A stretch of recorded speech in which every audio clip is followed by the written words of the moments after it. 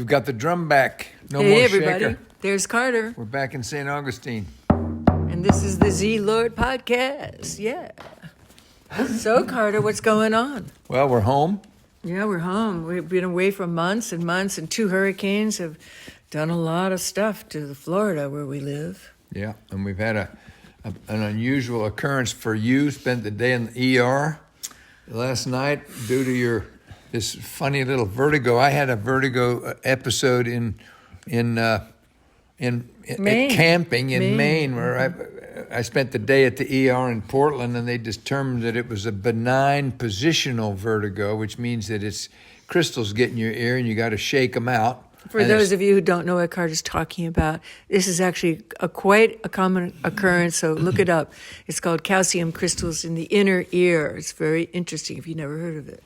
But I'd never had it before, and I thought I was having a permanent stroke and my life was finished. But at any rate, they fixed it. But it wasn't finished. He's here to tell the tale. But so they, after one day, they declared everything great, and I was just have to work it through, and it'll go away, and there's no bad complications. So a month went by or so, something like that, 6 weeks. No, it's been a month. And teZa comes up with vertigo, and she's never had vertigo I thought, either. oh my God, we are cosmic twins. Everything that happens to Carter has to happen to me. We both have had hip surgeries, et cetera, et cetera. You don't need to know all the gory details. She got the same thing, and so she started doing the same Epley maneuvers, and then she's having a surgery. So one of the things is that it could be something else. It's not the only thing it could be. It could always be something else. So they said, well, she's got to go to the ER and do the CT scan just to rule out the fact that she might have an arterial type of a thing, which is a circulatory thing, just to rule it out because. And I just laughed and I said, "Come on!" She didn't even want to go. But I'm teZa. I made her go, and she went. The yoga queen. Nothing can happen to me. Lo and behold, that's Yes. what she had. Yes. And it would have been very dangerous for her to go get her surgery. Just 1 minute, Carter. It was a very humbling moment where I had to admit that I was not invincible. It was very hard to admit. Yeah, if I hadn't pushed you to go, you wouldn't have gone either. I wouldn't have. I went pissed off. Anyway. But it saved my life, maybe, because Well, it saved you from getting a stroke. We don't want a stroke. Yeah, so what it is, basically, and we're going to talk about something else, folks, so hold on. It's basically, the topic is how life has these sudden changes and shocks. We have to adapt to them. But my shock was to be told that I really have to change a lot of my lifestyle, my way of doing things, and to just chill more because there's a tear. Yeah, you got to get a handle on. in the artery that's feeding blood from my heart to my brain. So that's pretty serious stuff, okay? So it's not the carotid, but it's the ones in the back. Not the carotid. So that's it in a nutshell. And so the subject today is, what do we do when we're facing sudden, shocking changes that are beyond our control? Well, and maybe we're going to be sensing that soon, because right now everybody's choosing who's going to be the next president of the United States. Isn't that a big deal going on? And in the next, today is what? Today's the last day of October. So within this time next week, there's going to be a lot of people who are feeling like I am about my physical body, but they're going to feel that way. At least, 50% of the people in America are going to, half the people are going to be very glad, and the other half are going to be very unhappy. So sudden, shocking change can happen to anybody. It's amazing it's so close. Yeah. It's just astounding that there's so much on the line. But we're not talking politics. We're just saying it's so close. The sudden, shocking change of life is something that we all can expect. But that brings us to what I think is the most important thing that we've been working on in the last few months, and that is for me to be aware that at all times I am in the kingdom and in the presence, and that I just have to be aware of it, and that even though everything isn't perfect, in the kingdom of what? In the kingdom of the divine. Oh, and that I'm. I thought you I'm were in going to the zoo or No, something. I'm in the kingdom of the spirit world, and that my spirit is a huge is an equal or maybe even bigger part of my life than my physical, and that I can access it anytime I slow down long enough and become aware that it's all surrounding me and in me and everywhere, and that all the things that I think are not perfect or need to be changed or need this and need that have a certain perfection in them already because they are, and they are just the lack of perfection of it a lot of the time is my lack of seeing it, that it's perfect as it is. And even though there may be something going on that I don't like, it has more to do with the fact that that's the way it should be and that I need to accept it than it is the way that, I need to be changing the way I think about it and feel about it. So this is the thing we've been working on in the last couple of months. Actually, you're the one that glommed onto that. It came to our attention, and I kind of passed it by. Glommed on? What do you mean? Like, Well, you were the one that kept what aspect of talking about wait, it. wait. You said a whole bunch of stuff, Carter, which was marvelous. I'm sitting here totally enraptured. Like, are you married? I want to be with you. No, I want your baby. No, I'm just thinking like, Oh, my well, God. you just said a whole bunch of stuff, and then you said I'm the one who glommed onto it. I mean, what part of that amazing display of like being in the moment that you said that I brought, like the kingdom thing? Yeah. I mean, like really honoring the fact that we are always in the kingdom. In the kingdom. Even if shit's happening. Even if stuff that we don't like is happening. Right. That's right. That we are. If I didn't get it at first. You kept talking about it, and I said, "What is he talking about in the kingdom?" And I suddenly had the revelation that we are all of us, whether we're aware of it or not. Every one of us we're in the kingdom. We're in the kingdom of It's the being divine. in the groove, but being in the flow, being in the divine grace, being in the moment. That's really what that is. Well, we're in the moment and in the divine grace, but we're not necessarily in the groove, because if we don't feel it, we're not in the groove. What I'm saying is that what it meant to me, maybe you understand it differently, but to me, being in the kingdom means that I look out through my eyes at the world. That's the kingdom. This is the kingdom. Everything here is the kingdom.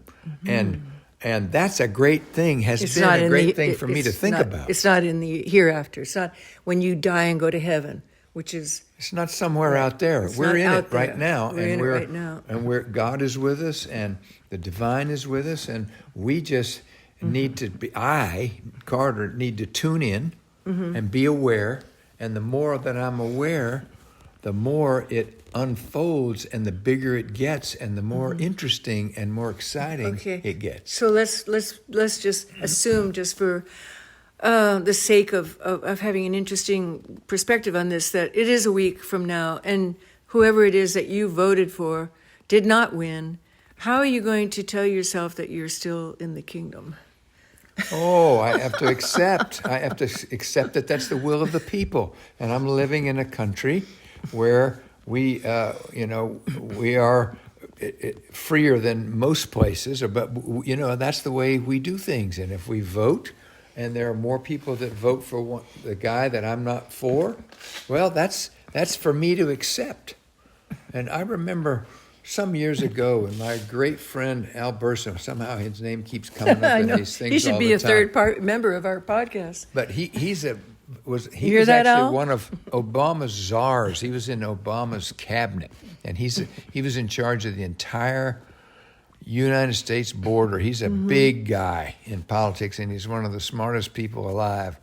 And I remember his candidate lost. I can't remember who it was. I think it was the Gore-Bush campaign, and Gore lost by about 3 votes on a hanging chad that is still the Florida questionable. thing. And it could. I mean, if it was going on now, there'd be screaming and yelling and a civil war over it because they're saying somebody's cheating. But these things are complicated, man. There's a lot.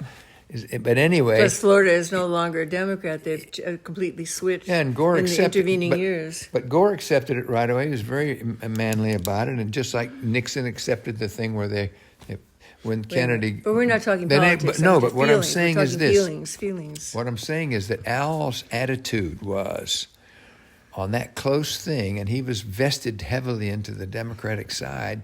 He and I were talking, and he said, well, he called me up and he said, how you doing? Because I'm more conservative. And he said, I said, jeepers, Al, what do you think about this election? He said, well, the people have spoken. Now we got to roll up our sleeves and get on the same page and see what we can get done in this wonderful country we have. This is his immediate attitude. Amen to I said, God bless and all you, women. Al. Our women and our men. Yeah, man. I mean, and that's my charge completely. I'm not going to be upset no matter what happens. I'm just going to accept what it is and try to continue to do my part. Okay, now you've had your chance to What talk about you? About some other party. I would like to just share. I was really a little upset the other day when I got a regular update email from one of my favorite spiritual teachers, and I will not name names, but it was a very highly regarded spiritual teacher, because that's my world. My world is spirit and art and expression through creativity. It's not politics. It's not anything else. And so in this letter, the teacher was imploring people to do the right thing and to vote, because this is the most important election, and our country is, at the crossroads of something imminent. And the tone was borderline hysterical, and it just smacked of all the little sound bites that I've been hearing from the media, and my shoulders just drooped, and I said, oh my God, this person has just been listening to all the media instead of being impartial, which a spiritual teacher and a religious leader of any sort ought to be, and ought to say that just you vote with your own individual heart and not according to all the controversy and all the vitriolic the fear. There's so much fear, and so I wrote back immediately to this teacher, and I said, I am so disappointed to hear that you're promoting a certain candidate who's going to be like it's going to save the world. And I just think the people who think that politicians are going to save the world have their heads screwed on backwards, because I don't think spirit is going to be manifested through politics right now. I think that politics is so divorced from spirit that we who are in tune with the divine, the sacred, the compassionate, the loving, however you want to call it, the godly, the righteous, we know that politics is not the answer. It's how each one of us acts, each individual, how we act to our family, to our dog, to our tribe of friends, to the waitress, to the driver in front of us, how we act person to person. And so, we have politics. It's just a part of life in this day and age, and it has been for quite a few years. And the democracy of America is not going to be shattered just because of one election. There are so many checks and balances. And I was telling Carter the other day, I was a legal student when I was in college, and and even in high school I studied civics. Anybody who's taken a basic civics course knows that there are so many checks and balances in our beautiful American system. It is not going to be run over with a Mack truck just because of one person being elected. So that's not all you told me. What did I tell you? Oh, you told me. You're going to tell him the grit?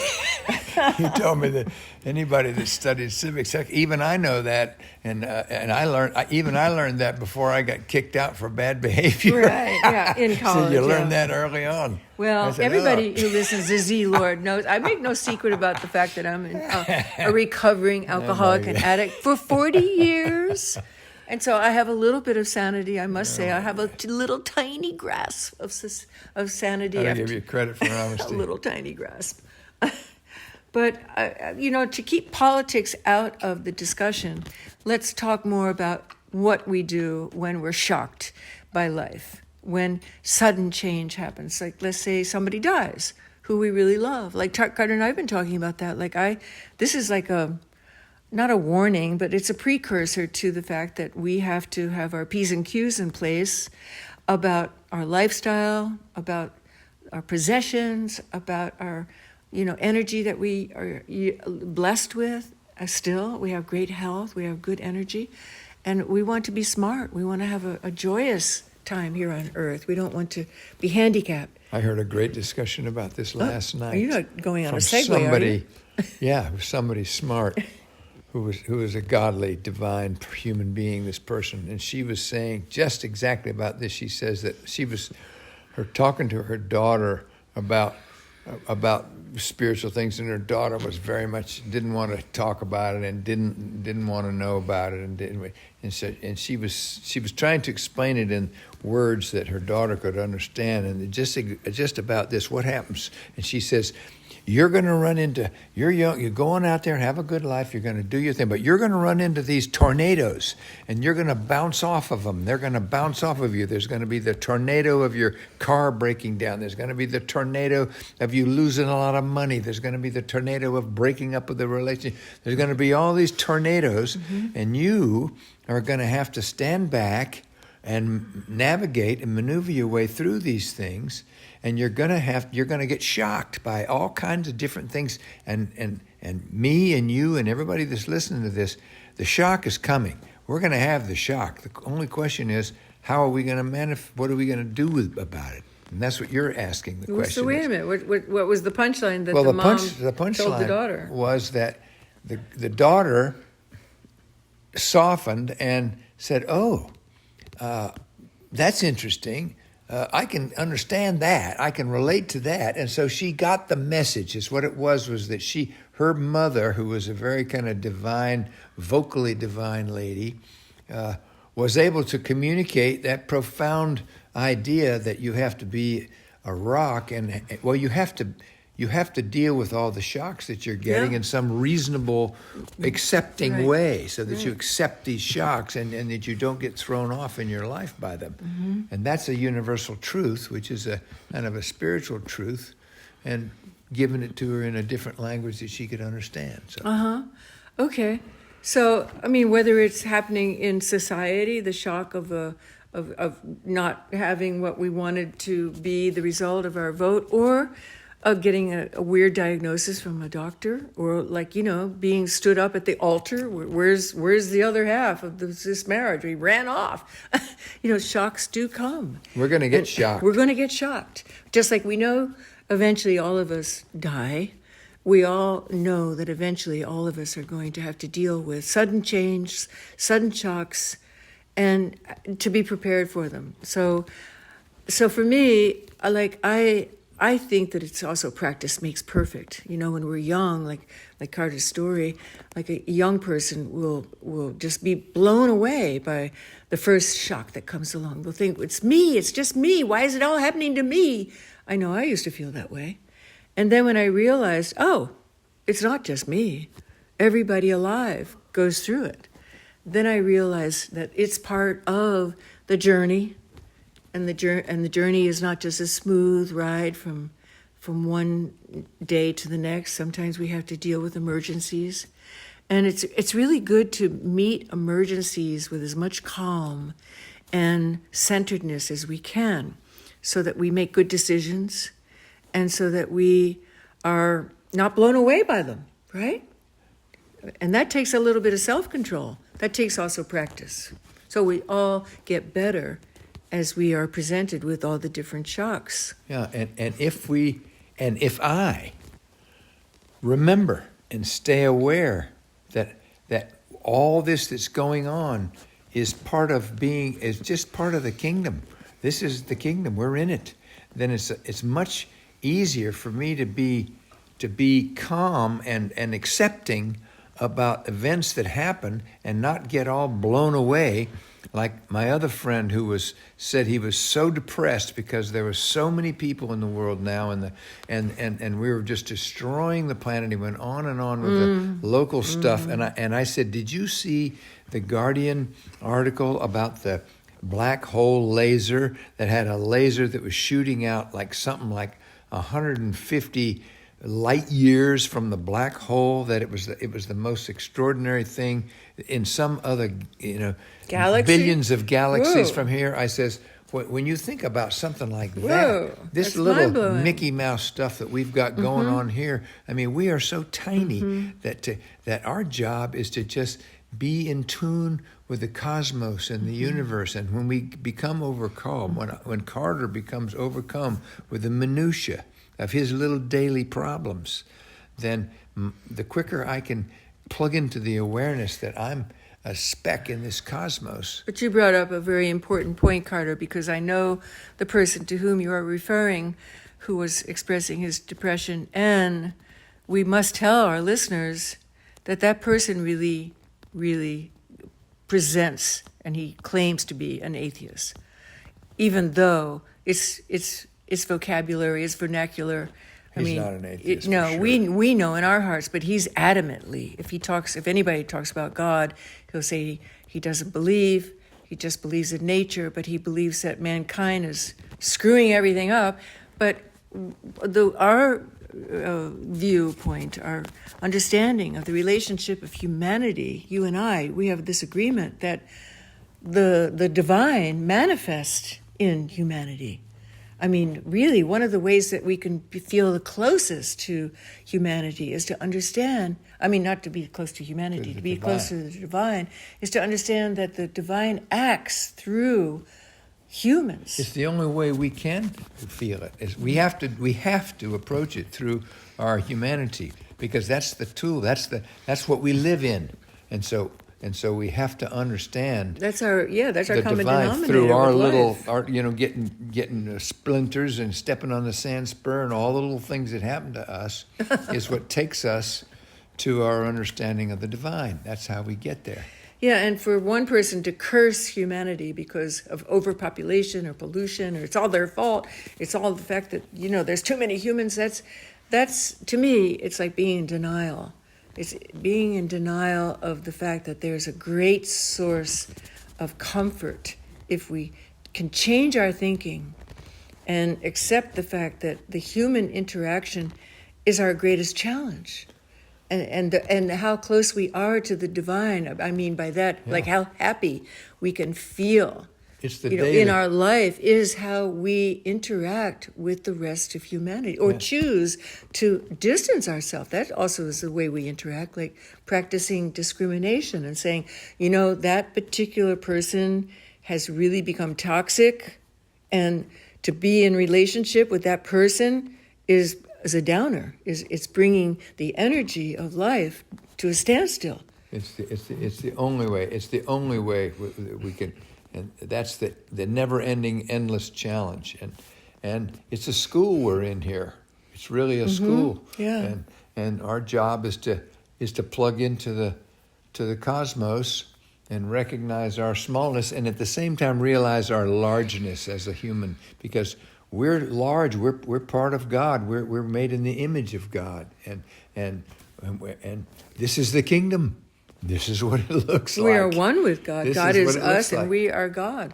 There's nothing that is not the divine. I mean, I've been reading about Michael, the great archangel.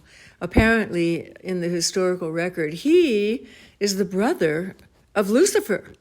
And Michael and Lucifer had a big fight, according to all the theologians that are reported. And Michael, Archangel Michael, is the one who threw Lucifer out of heaven. This is all metaphorical speaking. And Lucifer became Satan. There was no Satan before that.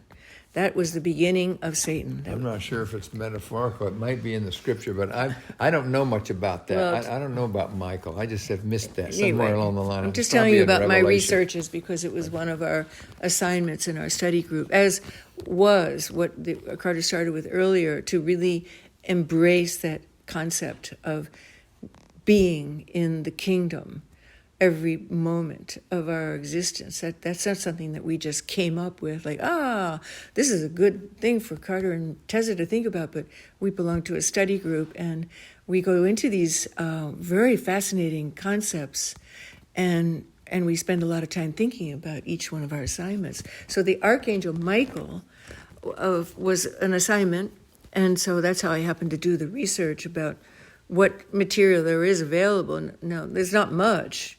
And I think artists and poets and writers have done a lot more with the Archangel Michael than it's actually documented in the Bible. From what I can understand, that's his origin.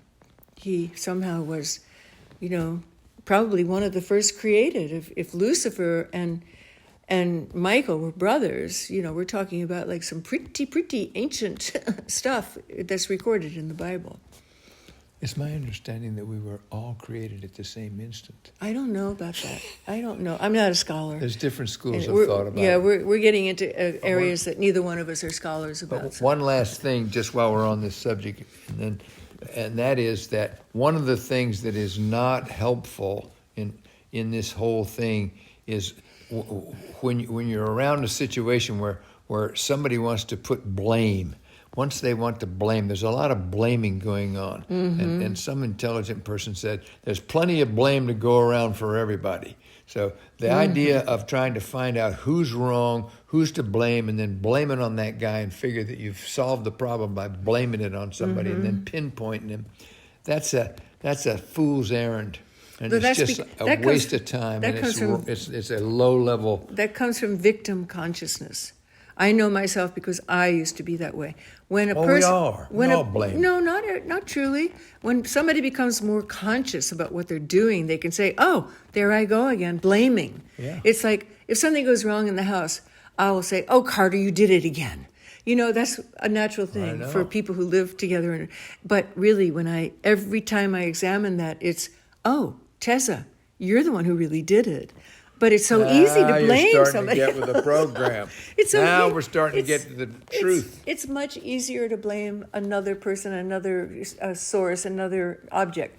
And it's a natural thing to do. But I think with awareness, people can change that. So I catch myself often, like, just in our domestic thing, I'll want to blame you. I'll want to blame you. Even if I don't actually speak it, I'll say, "Oh man, I really want to blame Carter."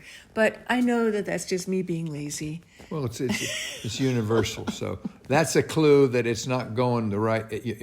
We're not thinking about it correctly. If we start thinking about whose fault this is. And so for people who blame politics or blame a certain politician or blame a society or blame as soon as that comes, overpopulation, you're not hearing something that's worth listening to. The minute that starts, you should just check out of the conversation and go think about higher things. Well, because there's always some other perspective. There's always some other choice that we can make when we get ourselves into a negative rut. And we can always look at it like, okay, now instead of being depressed about the fact that I was given warning that I have to make some changes with my life, I'm not going to spend any more time being shocked about it. I've already taken some action. I've called the best medical center in the area to see if I can get in. I've already decided that I need to tweak my diet, and eating habits and drinking habits and the exercise habits and all these things that we can do, and they all add up. And the most important thing is to really be aware of where stress is, because stress can be very subtle. I mean, one sometimes is not aware about how stressful a life is until something like this happens, where you have an event, you have a medical event, and then you find out, the number one cause of medical problems, whether it's a disease or an actual heart attack or, a stroke or whatever an event could be, it's usually stress related.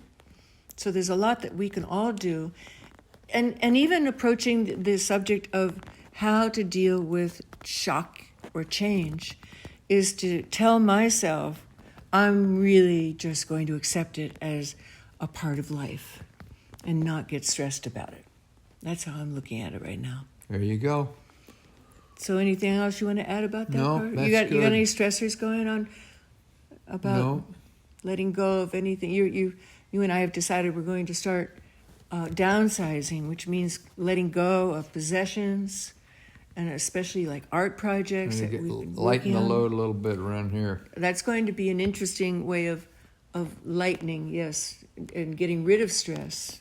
Like when you have more possessions, you have more stress. All of us here in this country have too many possessions. Too many everybody. things to take care of or keep Me track especially. of. And so that's going to be a fun time. We've already made some plans.